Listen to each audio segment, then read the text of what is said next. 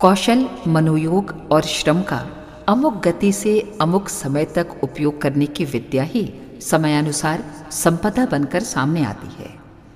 इस तथ्य को समझ लेने पर इस तथ्य का रहस्योद्घाटन होता है कि समय का सुनियोजन ही धन है।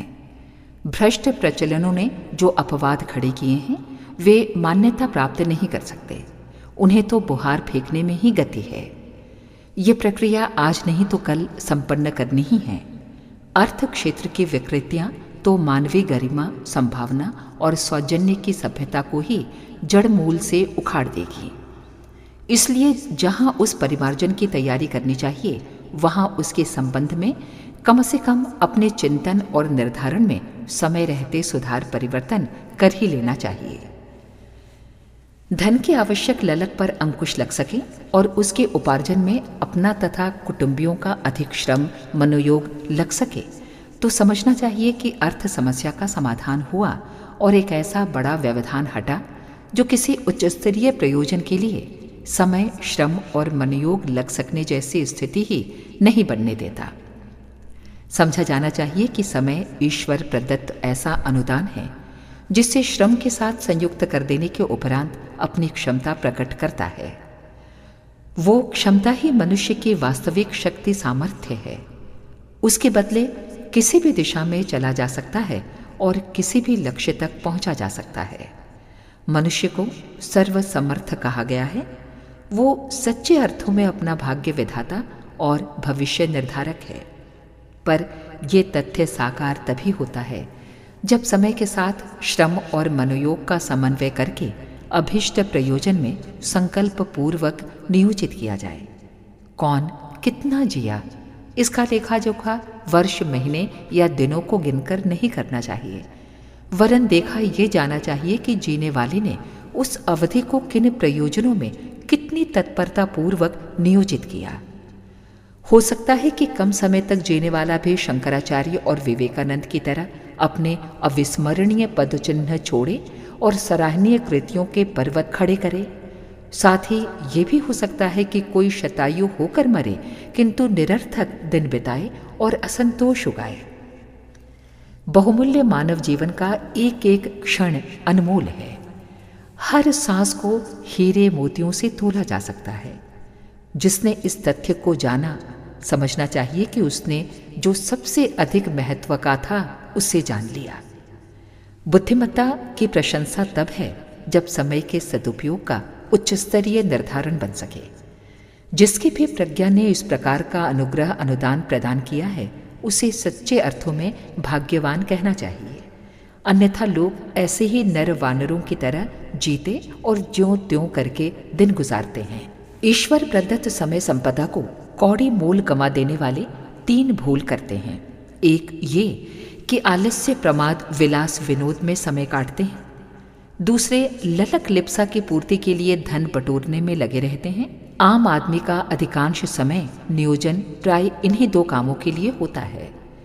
तीसरे स्तर के कुछ उद्धत प्रकृति के ऐसे भी होते हैं जो विनाश विध्वंस में लगे रहते हैं अथवा दर्प दिखाने, ठाठ बनाने के लिए, प्रशंसा सुनने के लिए ऐसे कृत्य करते हैं जिसमें प्रवंचना और विडंबना के अतिरिक्त और कोई सार तत्व नहीं होता। इन प्रयोजनों की परिणति पर ध्यान दिया जाए और महामानवों द्वारा अपनाई गई गतिविधियों का तुलनात्मक अध्ययन किया जाए तो प्रतीत होगा कि दोनों के मध्य जमीन आसमान जितना अंतर है। दोनों की उपलब्धियों में इतना अंतर है जिन्हें कांच और हीरे जैसा कहा जा सके। आलसी, प्रमादी, अनगढ़ पिछड़ी परिस्थितियों में पड़े रहते हैं।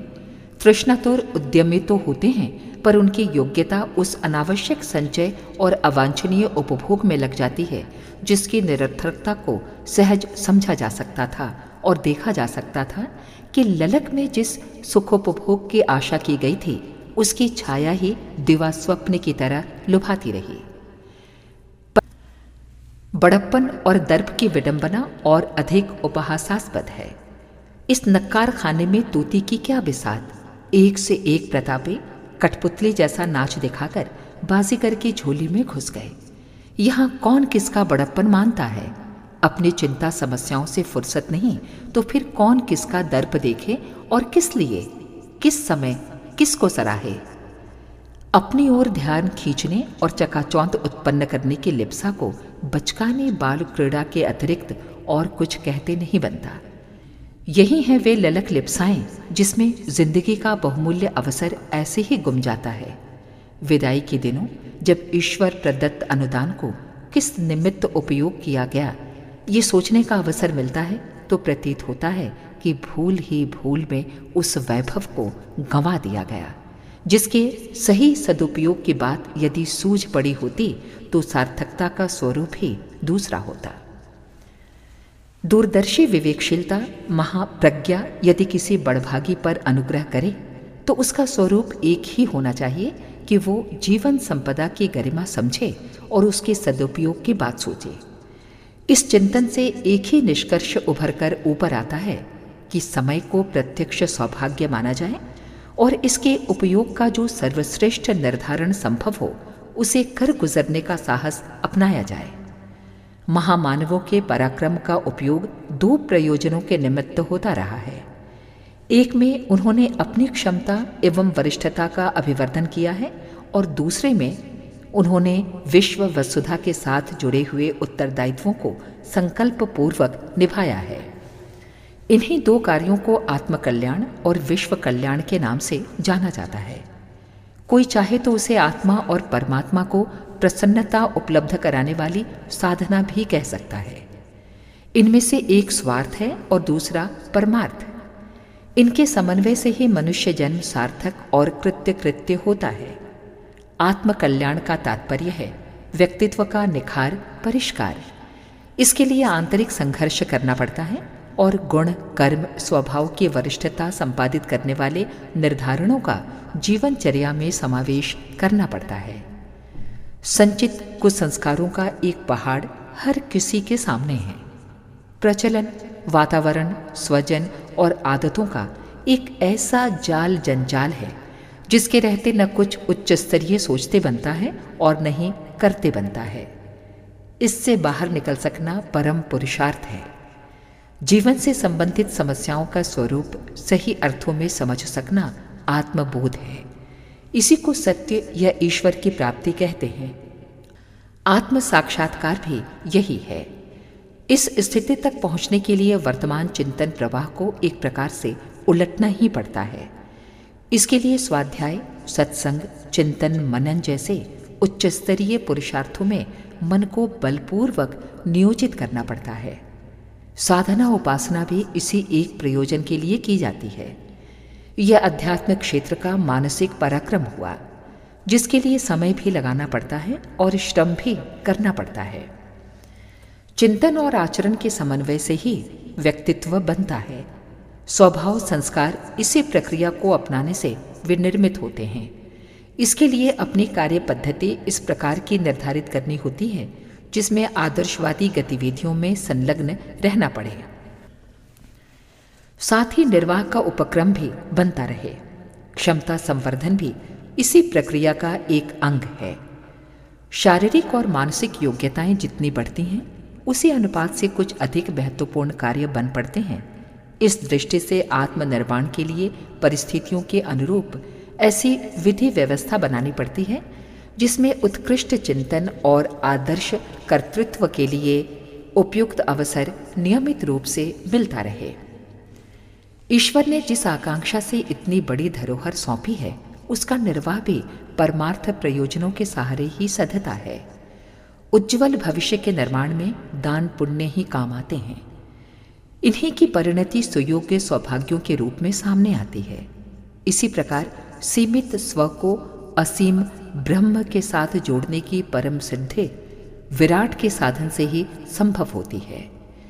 वसुधैव कुटुंबकम और आत्मवत सर्वभूतेषु की दो कसौटियों पर खरा सिद्ध होने के लिए मनुष्य को परमार्थ परायण बनना पड़ता है।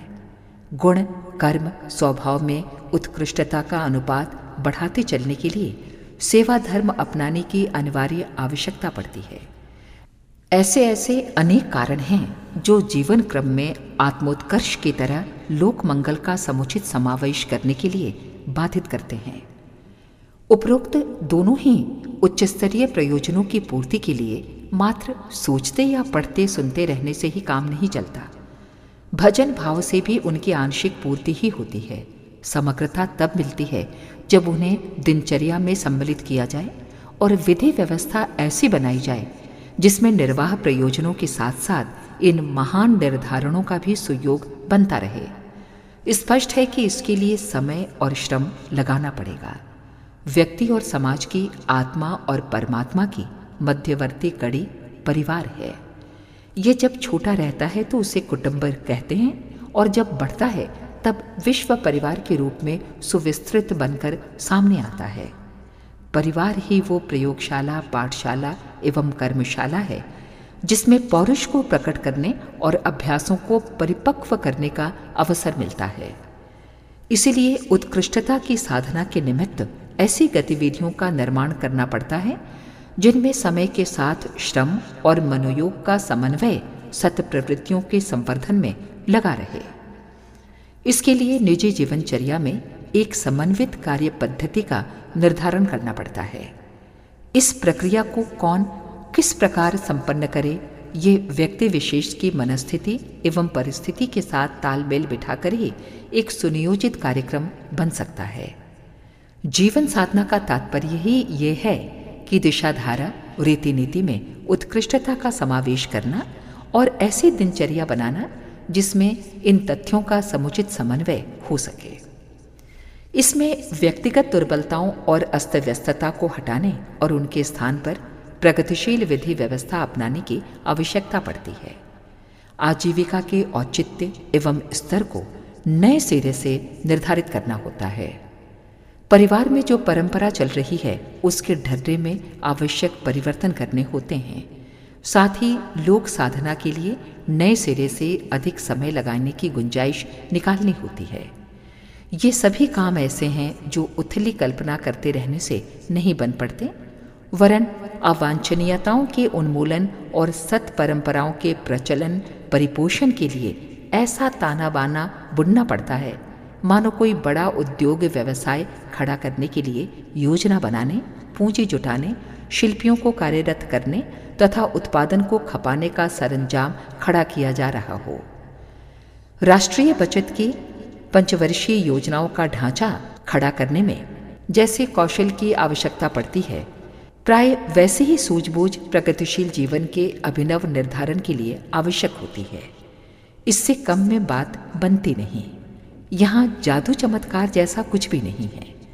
जिससे जो कुछ उपलब्ध हुआ है वो उसके नियोजन, निर्धारण और पुरुषार्थ का ही प्रतिफल है। इसका समन्वय ही दैवी वरदान के नाम से जाना जाता है। जीवनचर्या में परिवर्तन कायाकल्प है। दृष्टिकोण और प्रयास में घुसी हुई अवांछनीयता को हटाकर इसके स्थान पर उत्कृष्टता को प्रतिष्ठापित किया जा सके तो समझना चाहिए कि महानता का श्रेय साधन हस्तगत हो गया। पर ये हो कैसे? इसका उत्तर एक ही है कि उच्च स्तरीय निर्धारणों को कार्यान्वित करने के लिए समय संपदा का नियोजन किया जाए, उसके साथ श्रम और मनोयोग को भी संयुक्त रखा जाए।